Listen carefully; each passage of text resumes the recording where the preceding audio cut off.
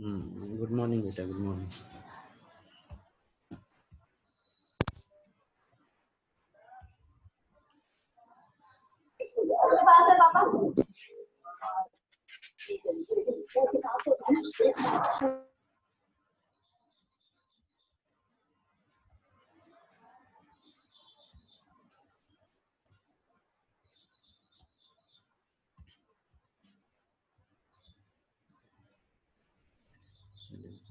Good morning बेटा, सभी को गुड मॉर्निंग।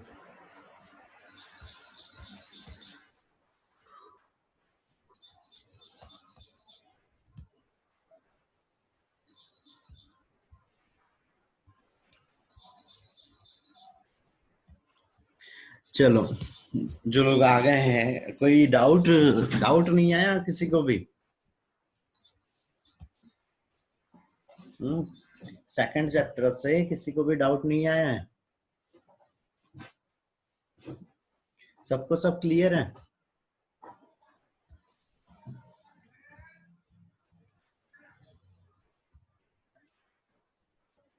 नहीं आया डाउट। बढ़िया है, बढ़िया है। तो बहुत बढ़िया है।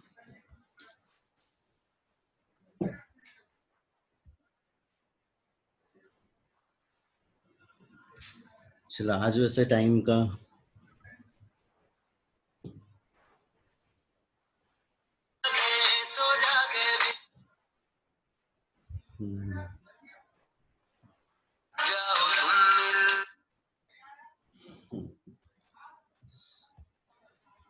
चलो बढ़िया है। आज वैसे थोड़े से टाइम पर आ रहे हैं सारे लोग, बढ़िया है। अच्छा, सिलेबस में अभी और एक चीज पता चली है तुम लोगों को? किसी को सिलेबस से रिलेटेड कुछ पता चला है किसी को? अभी जो 7वां चैप्टर हटाया था पायल। हाँ, गुड मॉर्निंग बेटा, सभी को good morning, good morning.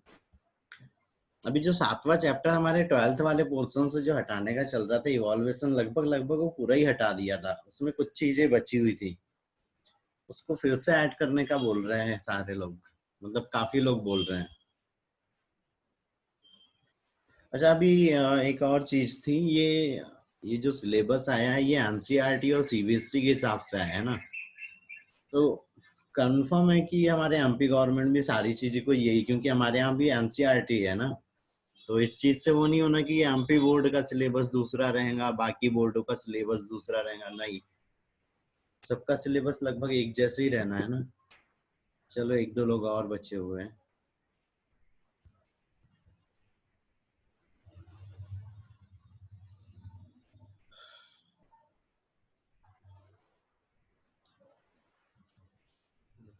Good morning बेटा, गुड मॉर्निंग।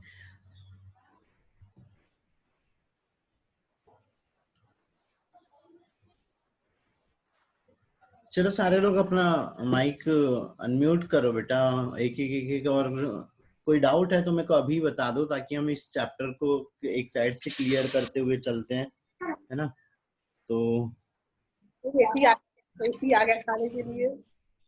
महक है आज, महक, प्रिया, मानसी, अवीवा, वैशाली, वैष्णवी, निहारिका, नम्रता, जयश्री, योगिता, पायल, लक्षिता, दीक्षा, मानसी। चलो चलो, अश्विन पवार, अश्विन भी है। ये कौन है? महक, महक है, महक। कैमरा बंद कर दो बेटा, मोबाइल से डाटा खत्म, ज्यादा मतलब खत्म नहीं होगा। कैमरा बंद कर दो, वहाँ जो कैमरा का सिंबल आ रहा है उस पर टच कर दो, कैमरा बंद हो जाएगा। ऑडियो बस चलने दो। नहीं नहीं, जो वीडियो वाला सिंबल है, ये तो बैक कैमरा चालू कर दिया। जो वीडियो वाला सिंबल है उस पर टच करो, वीडियो वाले सिंबल पे। ठीक है, उससे ज्यादा डाटा खर्च नहीं होगा, इसलिए बेटा कैमरा चालू रखने की आज जरूरत नहीं है ना। कल संडे है ना, कल रखेंगे ना हम चालू, कल टेस्ट है, तब चालू रखेंगे। चलो ठीक है, तुम लोगों को डाउट नहीं है तो फिर मैं अपने हिसाब से अपने तरीके से यहाँ पे रिपीट कर देता हूँ कि कहाँ क्या क्या चीजें याद रखनी है इस चैप्टर से। ठीक है, हम सारी चीजों के लिए बताएंगे, जो कंपटीशन एग्जाम वाले हैं उन लोगों के लिए भी, जो 12th वाले हैं उन लोगों के लिए भी, न्यू बैच भी, सारे लोगों के लिए है ना। ठीक है, तो यहाँ पर अभी तक अगर किसी ने कोई पॉइंट्स वगैरह मिस किए हैं कि वो नोट वगैरह नहीं कर पाए है, तो अब यहाँ से है ना, अब यहाँ से नोट कर लेना है, या उन पॉइंटों के ऊपर में ध्यान दे देना ज्यादा अच्छे से। ठीक है, ये और 2 लोग हैं, थोड़ा सा इन लोगों को भी जुड़ जाने दो। वैसे आज बढ़िया है, आज जल्दी सब लोग कनेक्ट कर लिए। हाँ ठीक है, मैं इसीलिए बोलता हूँ टाइम पर थोड़ा सा कनेक्ट कर लोगे तो क्या हम टाइम पर चालू कर पाएंगे, है ना। चलो जुड़ गए ये लोग भी। अभी कौन आई थी, निशा आई थी और करुणा। थोड़ा सा और टाइम का, थोड़ा सा टाइम का और ध्यान दो।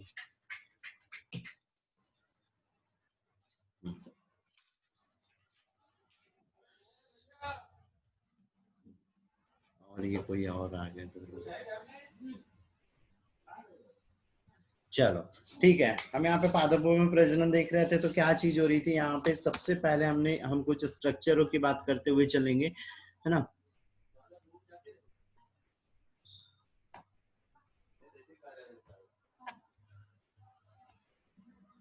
एक सेकंड रुको बेटा।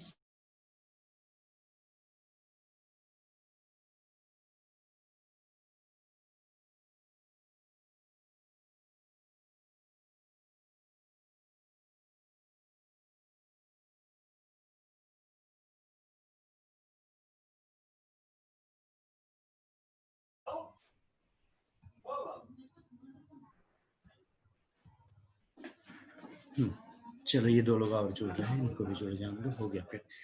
ठीक है, हम लोग क्या चीज इस चैप्टर में हमने जो चीजें देखी थी, क्या देख रहे थे हम यहाँ पे, मेन देख रहे थे लैंगिक प्रजनन। ठीक है, लैंगिक प्रजनन में क्या चीजें हो रही थी कि यहाँ पे 2 प्रकार के युग्मक हो रहे थे, और दोनों युग्मक, हाँ सभी को गुड मॉर्निंग बेटा। 2 प्रकार के युग्मक हो रहे थे, एक नर युग्मक रहता है और एक मादा युग्मक रहता है। दोनों युग्मक आपस में मिलके क्या कर रहे थे, यहाँ पे एक जाइगोट का निर्माण कर रहे थे, और वही जाइगोट आगे चल के भ्रूण बनाता है, और भ्रूण से एक पूरे शरीर का विकास होता है। क्योंकि हम यहाँ पे पादपों की बात कर रहे थे, तो यहाँ पर क्या चीज होना है, भ्रूण का विकसित होके क्या हो जाना है, बीज बन जाना है।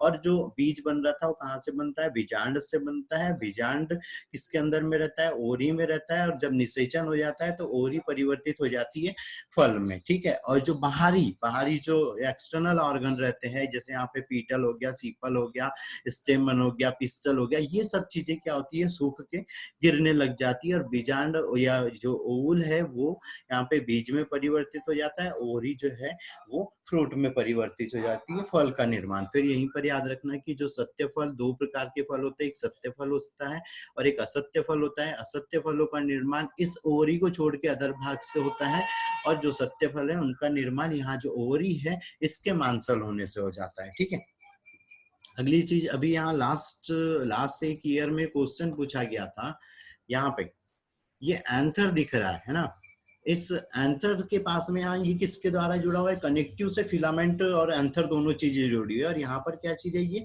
फिलामेंट है। ठीक है, इस फिलामेंट, तो वो बोलता है इस एंथर से फिलामेंट का कौन सा भाग जुड़ा होता है। तो अब ये कौन सा भाग होता है भाई, ये फिलामेंट में भी यहाँ पे अलग अलग भाग बांट दिए। तो ये वाला भाग क्या है, यहाँ पे डॉर्सल है, और ये वाला भाग परोक्सिम, ये वाला डॉर्सल बोल रहा, हाँ पास वाले भाग को डॉर्सल या डिस्टल पार्ट बोलते हैं, और ये वाला मिडिल पीस हो गया, और ये वाला यहाँ पर परोक्सिमल हो गया। ठीक है, तो जो डिस्टल पार्ट है फिलामेंट का वो एंथर के साथ में जुड़ा रहता है। ठीक है, ये बहुत सिंपल सी चीज थी कि फिलामेंट का कौन सा पार्ट एंथर से जुड़ा होता है, तो डिस्टल पार्ट जुड़ा होता है। ठीक है, याद रहेगा ये। ठीक है। जी सर। ठीक है, तो एकदम सिंपल सी चीज थी, लेकिन क्या पूछ लिया उसने जो सोच ही नहीं सकते थे हम, है ना। तो ऐसी चीजें यहाँ से पूछ जाएंगे। ठीक है, हम यहाँ पे फ्लावर के स्ट्रक्चर के बारे में एक साइड से बात करते हैं। तो सबसे नीचे क्या है, यहाँ पे पेडिकल है, पुष्पवृंत है, जो फूल और शाखा को जोड़ के रखता है। और फिर क्या आता है, यहाँ पे एक रिसेप्टिकल, ये ओरी और थैलमस के बीच में रहता है। और यहाँ पर ये जो मोटा वाला भाग रहता है, ये क्या कहलाता है, यहाँ पे थैलमस कहलाता है या पुष्पासन कहलाता है। और इसी के ऊपर में क्या होते हैं, पुष्प के 4 चक्र होते हैं। पुष्प के 4 चक्रों में सीपल आता है, पीटल आता है, दलपुंज, बाह्य दलपुंज, स्टेमन मतलब पुंकेसर, और पिस्टल मतलब स्त्री केसर। तो ये 4 चक्र होते हैं पुष्प के, जो इस थैलमस के ऊपर में स्थित होते हैं। फिर यहाँ पे सीपल, बाह्य दलपुंज, ये क्या होते हैं, हरे होते हैं, और कम से कम 3 होते हैं। अब इसमें भी क्या होते हैं, अलग अलग टाइप के रहते हैं। एक चीर लग्न होते हैं और एक आसुपाती होते हैं। आसुपाती मतलब कुछ टाइम बाद या निषेचन वगैरह के बाद ये क्या हो जाते हैं, सूख के गिर जाते हैं। चीर लग्न का मतलब ये चीज हो रही है कि लंबे टाइम तक, चीर मतलब क्या होता है, लंबे टाइम तक रहना, है ना, या कोई लंबी अवधि को हम चीरावधि बोलते हैं ना, लंबा, क्रॉनिक, है ना। तो क्या चीज हो रही है, यहाँ पे चीर लग्न होते हैं। और इसी का एक एग्जाम्पल भी याद रखना है कि बैगन के अंदर में, भट्टे के अंदर में देखे होंगे, वो पूरा अंदर बीज बीज भी बन जाता है, भट्टा पूरा सूख भी जाता है, लेकिन ये बाह्य दलपुंज उसमें हमेशा उपस्थित रहते हैं। रहते हैं नहीं रहते हैं? रहता है सर। कहते हैं। हाँ। बीज वगैरह का निर्माण हो जाता है, तब तक वो प्रेजेंट रहते हैं ना। भट्टा सूख भी गया फिर भी उसके ऊपर रहते हैं। तो एग्जाम्पल में बैगन याद रखना कि बैगन के अंदर में चीर लग्न बाह्य दलपुंज पाए जाते हैं। ठीक है, उसके बाद पीटल, पीटल की लिए बात करते हैं तो ये कैसे है, चमकीले, आकर्षक, भड़कीले, मकरंद युक्त रहते हैं और परागण की क्रिया में भाग लेते हैं। एकदम सिंपल से लैंग्वेजों में याद रखना है। ठीक है, ठीक है। उसके बाद आता है यहाँ पे स्टेमन, पुंकेसर। तो स्टेमन में क्या चीज हो रही है, एंथर रहता है, एक ये गोल संरचना रहती है जिसके अंदर में कक्ष बने रहते हैं, जिनको एंथर लोब या परागकोश कहते हैं। और उसके अंदर में धूल जैसी संरचनाएं रहती है, और यही संरचनाओं को हम क्या बोलते हैं, परागकण बोलते हैं, जो नर युग्मक होता है। ठीक है, फिर यहाँ पे संयोजी होती है जिससे एंथर और फिलामेंट जुड़े हुए रहते हैं, और फिलामेंट पुष्पासन से जुड़ा हुआ रहता है। जरूरी नहीं होता है हमेशा पुष्पासन से जुड़ा हुआ रहे। जैसे गुड़हल का फूल देखा है, स्टाइल के ऊपर में प्रेजेंट रहते हैं, है ना, लंबी सी नली आती है और उसके ऊपर वो ऐसे छोटे छोटे से पीले कलर के जुड़े हुए रहते हैं, है ना। ठीक है, फिर कुछ एंथर वगैरह पे देखा होगा, जैसे गुलाब में, गुलाब के कभी फूल के वो एंथर को देखा, उसके ऊपर हल्की सी पाउडर जैसी रहती है, पीली पीली हाँ, रहती है ना।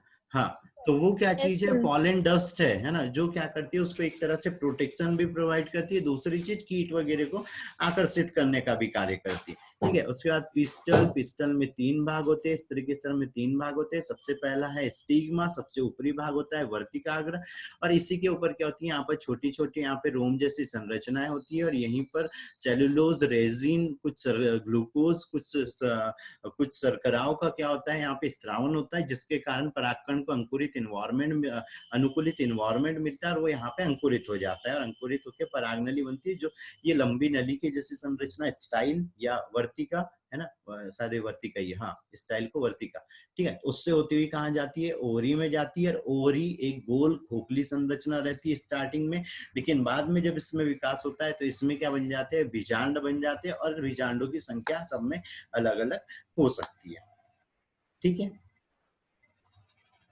इतना स्ट्रक्चर हमको याद करना है। दूसरी चीज, काफी लोगों के डायग्राम नहीं आया बेटा, डायग्राम नहीं आया,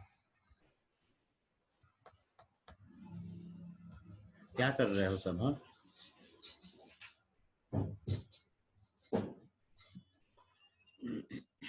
एक और चीज बोली थी मैंने, थोड़ी सी ग्रुप में सब लोगों से रिक्वेस्ट भी करी थी कि भाई थोड़ा सा, वो एक फोटो दी थी, स्टेटस डाल दो। 6 लोगों के अलावा किसी ने नहीं डाला। क्लास में यहाँ पे कम से कम कल 40 के समथिंग लोग थे, लेकिन कितने ने डाली, 6 लोगों ने। इतनी सी चीज, वैसे फालतू के स्टेटस ढेर भर के डले थे, ये तो मैंने देखा सबका, फालतू वाले स्टेटस बहुत लोगों के डले हुए थे, पर एक चीज नहीं डाल सकते, वाह यार, कम से कम इतनी चीजें तो करो कुछ लोग। सर हमने डाला। हाँ, मैंने बोला ना कि 6 लोगों ने भर डाली थी। अब वो 6 लोगों में कौन थे सबको पता है, जिस, हाँ हाँ, जिनने डाल दिया था उनको उनको नहीं बोल रहा हूँ ना, उनको नहीं बोल रहा हूँ, उनको तो पता है कि उन्होंने डाल दिया, तो मैटर ही खत्म हो जाता है उनका। पर भाई बाकी लोग भी है ना? कल कम से कम 40-42 लोग, ठीक है, कोई नए आए होंगे, हट गए होंगे बीच में, वो ठीक है, लेकिन कम से कम 30 लोग तो मेरे पे कंफर्म है 30 लोग तो डेली रहते हैं। 30 भी क्या है अब भाई, भाई थोड़ा सा कष्ट कर लो, थोड़ा सा कष्ट सर कर लो। हाँ, सर क्या डालना है स्टेटस पे? ग्रुप में एक बार पीछे जाके फिर से मैसेज देख लेना। वो क्लास वाला जो एक हमने पोस्टर बनाया हुआ है, वो वाली फोटो डालने के लिए बोली थी बस, है ना। चलो, यहाँ तक कि ठीक है भाई, तुम लोगों की इच्छा मान लो तो अच्छी बात है। वैसे कोई बहुत बड़ा काम नहीं है वो, बहुत छोटा सा काम है। चलो ठीक है, ठीक है। अगली चीज आती है यहाँ पे एंथर। हमने ये अभी अंदर की ओर बता दिया कि यहाँ पे एंथर लोब रहते हैं। फिर यहाँ पे ये जो स्थान दिख रहा है ये स्टोमियम रहता है, जिसके कारण उसमें स्फुटन होता है ना, स्फुटन में मदद करता है। ये अंदर की ओर पराग कोष है यहाँ पे, और पराग कण का निर्माण है। तो क्या चीज हो रही थी यहाँ पे, सबसे पहले एपिडर्मिस थी, एंडोथीसियम थी, मिडिल लेयर थी, और लास्ट में अंदर की ओर की वाली लेयर क्या हो रही थी, टैपिटम हो रही थी, जिससे क्या हो रहा था यहाँ पे पॉलन ग्रेन का निर्माण हो रहा था। और जो टैपिटम रहती है वो पोषण प्रदान करती है, और जो बाह्य चोल एक्साइन रहता है, एक्साइन में स्पोरोपोलिन का निर्माण करने, या सिंपल सा बोल सकते हैं एक्साइन का निर्माण करने में मदद करती है। कौन, टैपिटम। एंडोथीसियम, एंडोथीसियम की सेल स्तंभाकार रहती है, खड़ी रहती है, जिसके अंदर में पानी रहता है, और पानी को बाहर निकाल के भी वो क्या करती है, स्फुटन में मदद करती है। ये स्टोमियम। अब स्टोमियम पे देखो यहाँ पे खाज बन रही, जिसके कारण यहाँ पे प्रेशर या मजबूती उतनी ज्यादा नहीं रह पाती। तो जब यहाँ पे सिकुड़न होती है, संकुचन होता है, कॉन्ट्रैक्शन हो रहा है, तो क्या हो रहा है, ये स्टोमियम वाला भाग फट जाता है, और ये जो पॉलन ग्रेन है ये बाहर आ जाते हैं। फिर पॉलन ग्रेन के लिए हमने बोला था कि ये क्या हो रहे थे, यहाँ पे माइक्रोस्पोर जो मदर सेल रहती है उसमें अर्धसूत्री विभाजन होता है, और अर्धसूत्री विभाजन से क्या बनता है, यहाँ पे एक गोल स्ट्रक्चर बन रहा है, जिसके अंदर में न्यूक्लियस डिवाइड होता है। और ये अब यहाँ पे और एक बार डिवाइड होकर 4 न्यूक्लियस बनाते हैं, और ये सब कैसे हो जाते हैं, हैप्लॉइड हो जाते हैं। सारे हैप्लॉइड न्यूक्लियस आपस में मिलके एक चतुष्क बनाते हैं, एक टेट्रेट बनाते हैं, और हर एक टेट्रेट से एक ये हर एक मतलब इस टेट्रेट की हर एक सेल से, हर एक माइक्रोस्पोर से एक इसको माइक्रोस्पोर बनने लग जाता है, एक पॉलन ग्रेन बनने लगता है। और ये पॉलन ग्रेन में 2 लेयरें रहती है, एक इंटाइन रहती है, एक एक्साइन रहती है। एक्साइन बाहर की ओर बनती है जिसमें स्पोरोपोलिन रहता है, इंटाइन अंदर की ओर बनती है जो सेल्यूलोज और पैक्टिन की बनी हुई रहती है। फिर यहाँ न्यूक्लियस, 2 न्यूक्लियस बन जाते हैं, एक वेजिटेटिव न्यूक्लियस रहता है। वेजिटेटिव न्यूक्लियस ही क्या कहलाता है, ट्यूब न्यूक्लियस कहलाता है। जनरेटिव न्यूक्लियस जो आगे चल के और एक बार विभाजित होता है और समसूत्री विभाजन करता है, माइटोसिस करता है, और क्या बना लेता है, 2 स्पर्म सेल बना लेता है, या 2 मेल गैमिड बना लेता है। और ये ही एक डेवलप्ड क्या होता है, पॉलन ग्रेन होता है। ये पॉलन ग्रेन का स्ट्रक्चर, बाहरी लेयर क्या है, एक्साइन है जो स्पोरोपोलिन की बनी है, जो हर एक अनस्टेबल इन्वायरमेंट से इस परागकण को सुरक्षा प्रदान करती है। ये ट्यूब न्यूक्लियस या वेजिटेटिव न्यूक्लियस ये पॉलन ट्यूब के विकास में उसको मदद करता है। इंटाइन, पैक्टिन और सेलुलोज की बनी रहती है। फिर एक कुछ स्थान ऐसे रह जाते हैं जहां पर एक्साइन नहीं होती है, वो जर्मपोर या जनन छिद्र कहलाते हैं। और यहीं से क्या होती है, पॉलन ट्यूब आगे की ओर वृद्धि करके विकसित होती है। जब पॉलन ट्यूब विकसित होती है तो ट्यूब न्यूक्लियस आगे की ओर चलते रहता है, हाइड्रोलाइटिक एंजाइमों का स्त्रावन करते रहता है, जो इसकी गति, इसको आगे की ओर विकसित होने में मदद करता है। और साथ में एक एपरेटस के अंदर में सिनर्जाइड जो सेल रहती है उसको डिस्ट्रॉय करता है। और अंदर की ओर पीछे साइड में जनरेटिव न्यूक्लियस डिवाइड हो जाता है, और यहाँ पर 2 स्पर्म न्यूक्लियस या 2 स्पर्म गैमेट या 2 मेल गैमेट का फॉर्म कर लेता है ना। फिर जब ये अंदर की ओर आता है तो 3 स्थान होते हैं जहां से कोई भी पॉलन ट्यूब अंदर आती है। अधिकांश पौधों में 90% पौधों में जो पॉलन ट्यूब है वो माइक्रोपाइल छिद्र बीजांड द्वार से इंटर करती है, ठीक है, 90% पौधों में, ठीक है। बाकी के अंदर में मीजोगैमी हो सकती है, चाल्जोगैमी होती है। चाल्जोगैमी मतलब ये पॉलन ट्यूब चाल्जा वाले एंड से अंदर इंटर करेंगी, मीजोगैमी मेम्ब्रेन वाले एंड से यहाँ पे इंटर करेंगी, पोरोगैमी यहाँ पे माइक्रोपाइल पोर से इंटर करेंगी, ठीक है।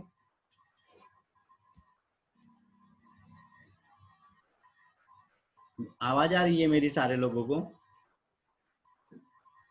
जी सर आ रही है। हाँ सर। सीखा नेटवर्क में जाओ बेटा।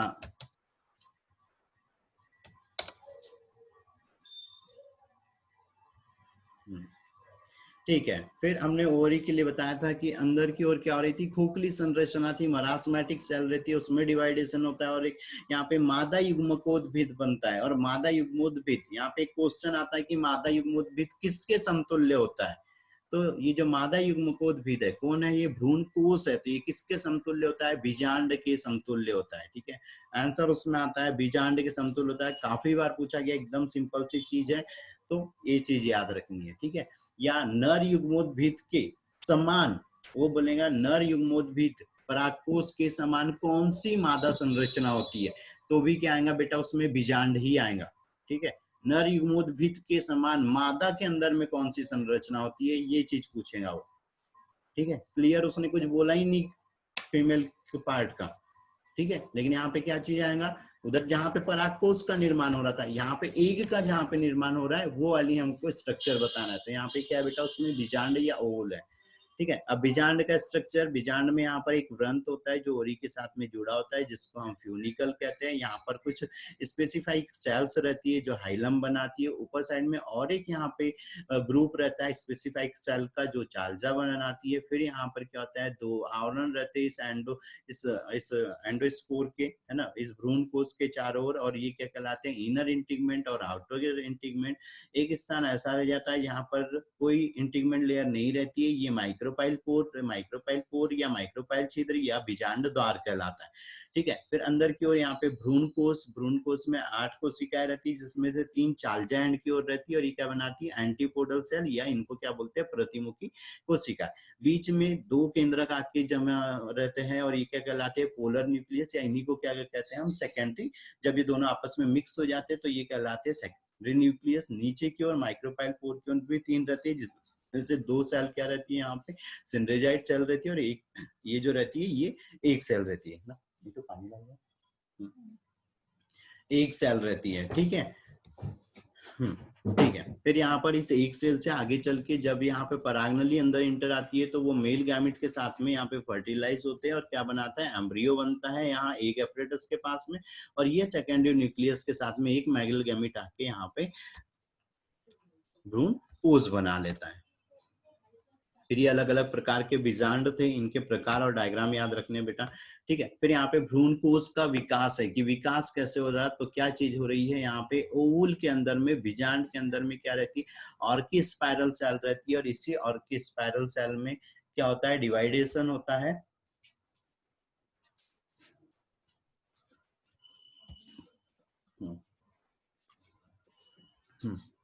डिवाइडेशन होता है और यहाँ पर क्या बन जाती है, प्राइमरी पेराइटल सेल बन जाती है और एक बन जाती है स्पोरोजिनस सेल। इस स्पोरोजिनस सेल में और डिवाइडेशन होते चलते हैं और यहाँ पर 4 सेल बनती है। और ये सब कैसी होते रहती है, यहाँ पर अगुणित है, जिसमें से ये 3 सेल अलग हो जाती है और एक सेल न्यूट्रिएंट मटेरियल को जमा करके अलग होके बड़ा आकार में हो जाती है, बड़ा आकार बना लेती। और ये ही क्या कहलाती है, फंक्शनल मेगा स्पोर कहलाती है। और ये जो ऊपर में रहती है ये डीजनरेटिव मेगा स्पोर रहती है, जो बाद में धीरे धीरे विलुप्त होते चलती है। फिर इस फंक्शनल मेगा स्पोर के अंदर में जो न्यूक्लियस रहता है वो डिवाइड होता है, डिवाइड होके 2 पोलों पे चले जाते हैं एक एक न्यूक्लियस, और फिर इनमें और डिवाइडेशन होता है। और एक से कितने बने, 2, 2 से क्या हो गए, 4, 4 से 8 हो गए। अब 8 में से 3 यहाँ ऊपर की ओर एंटीपोडल सेल, जैसे यहाँ उल्टा बना हुआ है, तो ठीक है, इसको क्या मान लेते हैं यहाँ पे एग एपरेटस। और नीचे की ओर में क्या हो जा रहा है, यहाँ पे 3 बना लेती है एंटीपोडल सेल, और जो 2 सेल बची है वो बीच में आ जाती है और ये क्या कहलाती है, पोलर न्यूक्लियस, जो आपस में मिक्स होकर बाद में बना लेती है सेकेंडरी न्यूक्लियस। यहाँ पे क्वेश्चन आता है कि भाई जो भ्रूण कोश है वो कैसी संरचना होती है, तो एक विकसित बोल रहा है वो। ठीक है, विकसित में क्या चीज रहती है, 8 कोशिका और 8 केंद्रक रहते हैं। ठीक है, एक बोलता है परिपक्व बीजांड के अंदर में भ्रूण कोश कैसा होता है, तो उसके अंदर में 7 कोशिका और 8 केंद्रकीय संरचना हो जाती है। ठीक है, 7 कोशिकीय और 8 केंद्रकीय।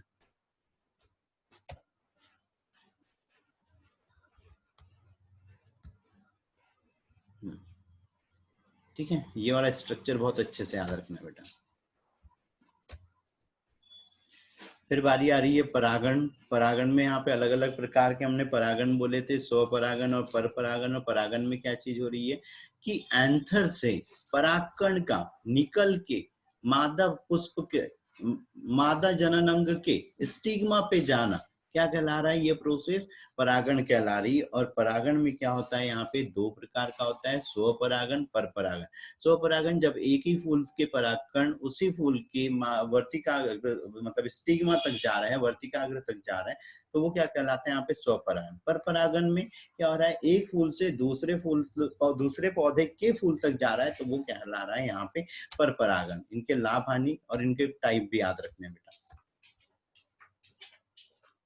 ठीक है। साल्विया में खासकर याद रखना है कि साल्विया में क्या होता है? कीट परागण होता है। कीट परागण में क्या चीज हो रही है? जिसके अंदर में मुक्त दोली मतलब स्वतंत्र रूप से रहने वाले रिप्रोडक्टिव पार्ट पाए जाते हैं, एंथर और मतलब स्टेमन और पिस्टल पाए जाते हैं। उसमें क्या होता है? कीट जब उसके ऊपर आ रहा है, और यहाँ साल्विया की बात करें तो यहाँ पे दो ओस्ट बने रहते हैं, दो लिप रहते हैं, एक अपर लिप और एक लोअर लिप। लोअर लिप पे आके बैठता है कीट, और यहाँ पे जो एंथर है वो उसकी बॉडी से टच होता है, जिसके कारण परागकण बॉडी पे चिपक जाते हैं। जब वो दूसरे फूल पर जाता है तो स्टिग्मा से टच हो जाता है और परागकण स्टिग्मा पे पहुंच जाते हैं। यहीं पे याद रखना है सेल्फ इनकम्प्लेबिलिटी, है ना। सेल्फ इनकम्प्लेबिलिटी में क्या हो रहा है? हर एक प्लांट के अंदर में रिजेक्शन की कैपेसिटी पाई जाती है ना। वो ऐसा क्यों करते हैं? और जो सेल्फ इनकम्प्लेबिलिटी रहती है वो जीन के ऊपर डिपेंड करती है, जीनों पर आधारित रहती है ना। कि अगर सेम जीन मैच कर रहे हैं तो ठीक है, वो क्या कर रहा है? अंकुरित होने देगा। नहीं कर रहे हैं, उसी के प्रजाति के जीन नहीं है, तो उसको रिजेक्ट कर लेगा। फॉर एग्जांपल में गुलाब के ऊपर अगर मान लो सूरजमुखी का परागकण पहुंच गया या गेंदे का परागकण पहुंच गया, तो वो वहां पर अंकुरित नहीं हो पाएगा, ठीक है। तो ये ही चीज क्या कहलाती है? सेल्फ इनकम्प्लेबिलिटी कहलाती है, और ये जीनों के कारण होती है। फिर जब अंदर की ओर में यहाँ पे जब परागकोश के अंदर में पराग नली अंदर की ओर प्रवेश करती है, तो जो ट्यूब न्यूक्लियस रहता है वो हाइड्रोलाइटिक एंजाइम का स्त्रावन करता है, जिसके कारण वो ट्यूब का जो सामने का भाग रहता है वो डीजनरेट हो जाता है, और साथ में एक सिंड्रेजाइट सेल भी डीजनरेट हो जाती है। कितनी सेल डीजनरेट होती है? जब पॉलन ट्यूब अंदर की ओर इंटर करती है तो सिर्फ एक ही यहाँ पे पॉलन ट्यूब मतलब एक ही सेल डीजनरेट होती है, ठीक है।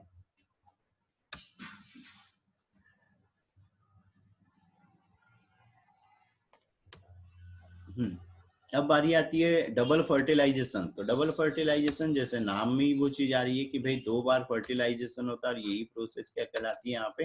Double fertilisation. और डबल फर्टिलाइजेशन में क्या होता है? एक द्विसंलयन होता है और एक त्रिसंलयन होता है।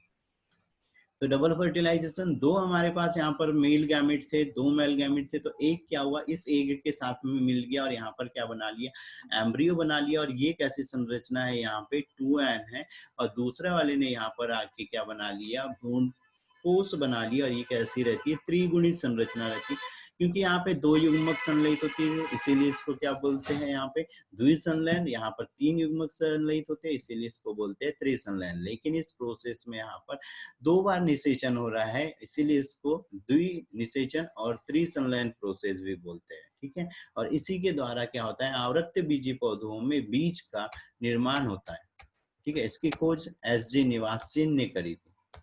इतनी चीज याद रखना है।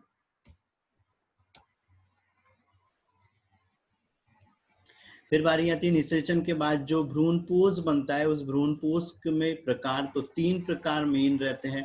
फर्स्ट रहता है यहाँ पे केंद्रकीय भ्रूणपोष। इसमें केंद्रक ही केंद्रक रहते हैं, किसी भी प्रकार की कोई कोशिका झिल्ली नहीं बनती है, और सारा जो भ्रूणपोष रहता है वो केंद्रकों का बना रहता है। तो ये केंद्रकीय कोशिकीय, जिसमें कोशिकाएं बन जाती है, झिल्ली बन जाती है, तो ये क्या कहलाता है? यहाँ पे कोशिकीय भ्रूणपोष कहलाता है। तीसरा आता है यहाँ पे हेलोबियल। हेलोबियल में कुछ केंद्रक उपस्थित रहते हैं और कुछ क्या बन जाती है? कोशिकाएं बन जाती है, तो ये कहलाता है हेलोबियल। हेलोबियल भ्रूणपोष, ठीक है। ठीक है, ये अभी सेल्फ इनकम्प्लेबिलिटी बताई थी। जिसके जीन यहाँ पर मैच कर रहे हैं, वो ही क्या होना है? यहाँ पर अंकुरित होना है पराग नली। जो जीन अदर रहेगा वो जीन यहाँ पर अंकुरित नहीं होना है। तो ये छोटा सा एक ऑब्जेक्टिव याद रख लेना, यहाँ पे ऑप्शन दे देगा सेल्फ इनकम्प्लीबिलिटी, और वो पूछेंगे कि कौन से वाले जीन यहाँ पर अंकुरित हो रहा है और कौन से वाले नहीं हो रहा है। तो ये जो हम यहाँ पर S1 क्या है, यहाँ पे S1 S2 जीन है, ये जीनोटाइप है किसका, स्टिग्मा का। S3 S4 किसका जीनोटाइप है, यहाँ पे पॉलन ग्रेन का। तो यहाँ पर क्या चीज हो रही है, ये इनकी प्रजातियां सेम है ना, तो ये पर लेकिन यहाँ स्ट्रक्चर में याद रखो, इसके ऊपर अगर सेम आ रहा है, ये S2 S1 आ रहा है, तो ये अंकुरित ही नहीं हो पा रहा है ना। यहाँ पर क्या आ रहा है, डिफरेंट आ रहा है, या सिंपल सी चीज, यहाँ पर एक केमिकल बॉन्डिंग भी हो रही थी सबके बीच, सेम केमिकल हो जाना है, सेम तो यहाँ पे बॉन्डिंग मतलब परागकण की भित्ति नष्ट नहीं होना है। अगर मान लो अपन पानी में पानी मिला दो तो कोई चीज होती है क्या, कुछ नहीं होता है, लेकिन पानी के अंदर दूध मिला तो कलर चेंज हो जा रहा है, सेम वही चीज आ रही है यहाँ पे। जब डिफरेंट जीनोटाइप रहता है तभी वो पॉलन ग्रेन यहाँ पे अंकुरित होता है और पॉलन ट्यूब का फॉर्म करता है, ठीक है। फिर यहाँ पे बीज, तो बीज में क्या चीज होती है, यहाँ पे सीड कोड बनता है, एम्ब्रियो बनता है, एम्ब्रियो एंडोस्पोर बनता है, और ये यहाँ पर क्या होता है, बीज पत्र के आधार पे दो प्रकार के रहते हैं, एक क्या रहता है, एक बीजपत्री, और एक पौधे रहते हैं द्विबीजपत्री। दूसरी चीज यहाँ पर एक छोटी सी संरचना बनती है, इस संरचना पे यहाँ पे दो चीजें बनती है, ऊपर की ओर में पॉल्म्यूलरी बनती है, नीचे की ओर में रेडिकल बनता है, जिससे क्या होता है, जड़ों का निर्माण हो जाता है, और ऊपर की ओर में स्टेम का निर्माण हो जाता है। फल के लिए बताया, फल के अंदर में 3 लेयरें प्रेजेंट रहती है, एक बाहरी जो लेयर रहती है वो एपिकार्प कहलाती है, बीच वाला जो मांसल भाग रहता है वो मेसोकार्प कहलाता है, अंदर वाला जो भाग रहता है वो एंडोकार्प कहलाता है, ठीक है। यहाँ पे आम के लिए पूछता है, तो आम में कौन सा भाग मांसल होता है, तो यहाँ पर उसमें बताना है कि मेसोकार्प वाला भाग क्या होता है, यहाँ पे मांसल होता है, ठीक है। फिर अलग अलग प्रकार के फल रहते हैं, ये भी हमारे 11th वाले चैप्टर में होंगे, है ना। फिर यहाँ पर आता है सत्य फल और असत्य फल के लिए, कि सत्य फल क्या है, तो बताया था जिसमें ओरी से निर्माण हो रहा है वो सत्य फल है, जिसमें ओरी से निर्माण नहीं हो रहा है वो क्या है, असत्य फल है। और यहाँ पे जो ओरी है सेब के अंदर में, वो कैसी हो जाती है, कठोर हो जाती है, जो खाने योग्य नहीं रहती है। तो फिर लाइफ साइकिल है कि कैसे लाइफ साइकिल चलता है, तो क्या चीज हो रही थी, गैमेटोजेनेसिस हो रहा था, गैमेट बन रहे थे, फर्टिलाइजेशन, पॉलिनेशन हो गया, पॉलिनेशन के बाद में फर्टिलाइजेशन हो गया, फर्टिलाइजेशन के बाद जाइगोट बना, एम्ब्रियो बना, और एम्ब्रियो से क्या बना, सीड और फ्रूट बना, उसमें अंकुरन हुआ, और अंकुरन से यहाँ पे मूलांकुर प्रांकुर बने, नया पौधा बना, और नया पौधा बन के वापस से क्या हो गया, ये विकसित होके एक नया फिर से मतलब यहाँ पे नए गैमेटो का फॉर्म करने लग जाता है। इस तरह से एंजियोस्पर्म की लाइफ साइकिल चलती है, ठीक है। ठीक है, अब कुछ क्वेश्चन और रह जाते हैं जो एनसीईआरटी के हिसाब से हैं, तो वो क्या पूछेगा यहाँ पे, बैगिंग या इमस्कुलेशन में क्या चीज हो रही थी, हम परागकोश को काट के अलग कर दे रहे थे ताकि हम यहाँ पे स्वपरागन या पर परागन को रोक सके, ठीक है। बैगिंग में क्या कर रहे थे, हम एक वर्तिकाग्र के ऊपर एक कवर कर दे रहे थे ताकि क्या हो, स्वपरागन या पर परागन रुक सके, और हम हमारे इच्छित अनुसार उस पे हम परागकण रख के हम वहां पे हमारे इच्छित अनुसार लक्षण वाला बीज प्राप्त कर सके, ठीक है। फिर सेब का आभासी फल अब भी जस्ट बता दिया, है ना। परागकण की भित्ति में टैपेटम की भूमिका बताई थी, पॉलिन किट का निर्माण करते हैं अंदर की ओर, वहां पे क्या बनती है, एक्साइन बनाने में मदद करता है, और एक्साइन के साथ साथ क्या करता है, ये न्यूट्रिएंट मटेरियल भी उसको प्रोवाइड करता है ना। अनिषेक फलन, है ना, अनिषेक फलन में क्या चीज हो, या अनिषेक फल क्या कह रहे हो, कौन से हो रहे थे, जिनमें बिना निषेचन के ही फल का निर्माण हो रहा था। पराग बैंक में परागकणों को कैसे रखा जाता है, लिक्विड नाइट्रोजन में 196 डिग्री सेल्सियस पे। 2 आभासी फलों के नाम बताना है, सेब और कटहल, ठीक है। उसके बाद में पार्थिनियम का सामान्य नाम बताना है, गाजर घास, है ना। जलकुंभी में परागण किसके द्वारा होता है, कीटों के द्वारा होता है। और केले में अनिषेक जनन आपने गाजर घास का क्या बताया, आवाज कट गई थी समझ में। पार्थिनियम। सर 2 आभासी फलों के नाम बताइए ना। सेब और कटहल, ठीक है। केला को अनिषेक फलन का उदाहरण माना जाता है, और जो अनिषेक फलन से फल बनते हैं याद रखना उनके लिए कि वो मांसल रसीले गूदे वाले होते हैं, ठीक है। बहुभ्रूणता में सेब और नींबू याद रखना है कि सेब और नींबू बहुभ्रूणी होते हैं, उनके अंदर में बहुत सारे बीज भ्रूण बनते हैं ना। ठीक है, अगली चीज आती है, जलकुंभी में वायु द्वारा परागण होता है। कीट परागण होता है, जलकुंभी में कीट परागण। फिर वो भ्रूण कोश की सूत्र गुणिता पूछता है। सूत्र गुणिता मतलब क्या होता है कि उसके अंदर में कितने गुणसूत्र, कैसे गुणसूत्र पाए जाते हैं। तो सर आपकी आवाज क्लियर किसी को ही नहीं आ रही है क्या? सर अटक रही है, बीच बीच में अटक रही है। सर अदर साउंड भी आ रहा है। अब ठीक है, अब ठीक है। यस अभी ठीक है। अदर साउंड तो वो जो अनम्यूट होते हैं उस टाइम में होता है। ठीक है, तो भ्रूण क्या भ्रूण कोश की सूत्र गुणिता तो कैसे होता है, वो 3n होता है ना, 3n होता है, ट्रिप्लॉइड होता है। फिर बीजांड काय कैसा होता है, तो 2n होता है ना। गुरु बीजाणु मात्र कोशिका कैसी होती है, तो वो भी कैसी होती है, 2n होती है। बाद में उसमें अर्धसूत्रीय विभाजन होता है और फिर वहां पे उसमें बीजांड का निर्माण होता है ना। गुरु बीजाणु कैसा होता है, तो अगुणित होता है ना। सहायक कोशिकाएं सिंड्रिजाइट सेल कैसी होती है, तो वो भी कैसे होती है, अगुणित होती है, n होती है। ठीक है,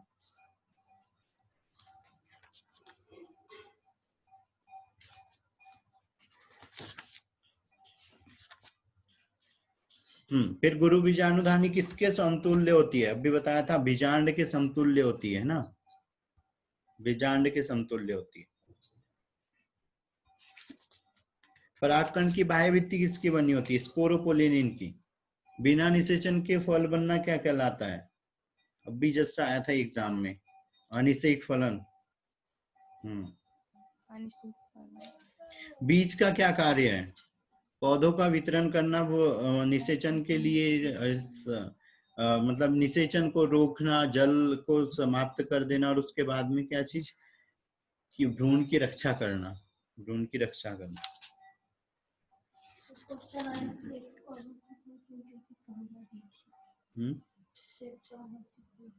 कौन है आंचल, सेब को आभासी फल क्यों कहते हैं, उसे एक बार फिर से। ठीक है, सेब को आभासी फल क्यों बोलते हैं भाई, कोई आंसर कर पाएगा क्या? सर उसका ओवरी से नहीं होकर किसी और भाग से हो जाता है। फल का निर्माण क्या होता है बेटा, फल दो प्रकार के रहते हैं, एक ट्रूथ फल रहते हैं और एक फॉल्स फल रहते हैं, सत्य फल और असत्य फल। तो सत्य फल वो होते हैं जिसके अंदर में ओरी से जिनका निर्माण होता है, वो सब क्या कहलाते हैं, सत्य फल कहलाते हैं। और जिसका निर्माण ओरी से नहीं होता है वो सब असत्य फल कहलाते हैं। तो जो सेब है उसका निर्माण थैलमस से होता है, जो पुष्पासन रहता है बेटा वो उसमें मांसल हो जाता है, जिसके कारण में उसको हम असत्य फल बोलते हैं। जो ओरी रहती है वो कठोर हो जाती है, खाने योग्य नहीं रहती है, इसीलिए उसको हम असत्य फल बोलते हैं। और जो सत्य फल रहेंगे उसमें जो ओरी रहती है उससे वो ओरी ही क्या होना है, मांसल होके फलों का निर्माण कर लेती है। सर अनु ने कुछ पूछा है क्या, ऑटोगैमी और जिनेटोगैमी। ऑटोगैमी का मतलब ये हो रहा है बेटा, एक ही फूल है, एक फूल है और उसके ऊपर ये दो, यहाँ पर क्या चीज है, दो रिप्रोडक्टिव ऑर्गन है। एक यहाँ पे ये पिस्टल है, दूसरा क्या है यहाँ पे स्टेमन है। तो इससे यहाँ पे परागकण पॉलन ग्रेन निकल के जब इसी फ्लावर के यहाँ पे स्टिग्मा तक जा रहा है तो ये ऑटोगैमी हो गया। ठीक है, जिनेटोगैमी मतलब एक ही पौधा है, पौधा कैसा है, एक है, लेकिन एक फूल से निकल के उसी पौधे के दूसरे फूल के जब स्टिग्मा तक पॉलन ग्रेन जा रहे हैं तो वो जिनेटोगैमी कहलाता है। ठीक है सर, एक बार ऑर्थोट्रोपस एनाट्रोपस वाला समझा दीजिए। बीजांड के प्रकार बेटा, बीजांड के प्रकार में उसमें फ्यूनिकल और जो फ्यूनिकल हो गया, उसके बाद में चाल्जा हो गया, और जो माइक्रोपाइल पोर है उसकी स्थिति के आधार पे बीजांड के प्रकार है ना। तो किस साइड में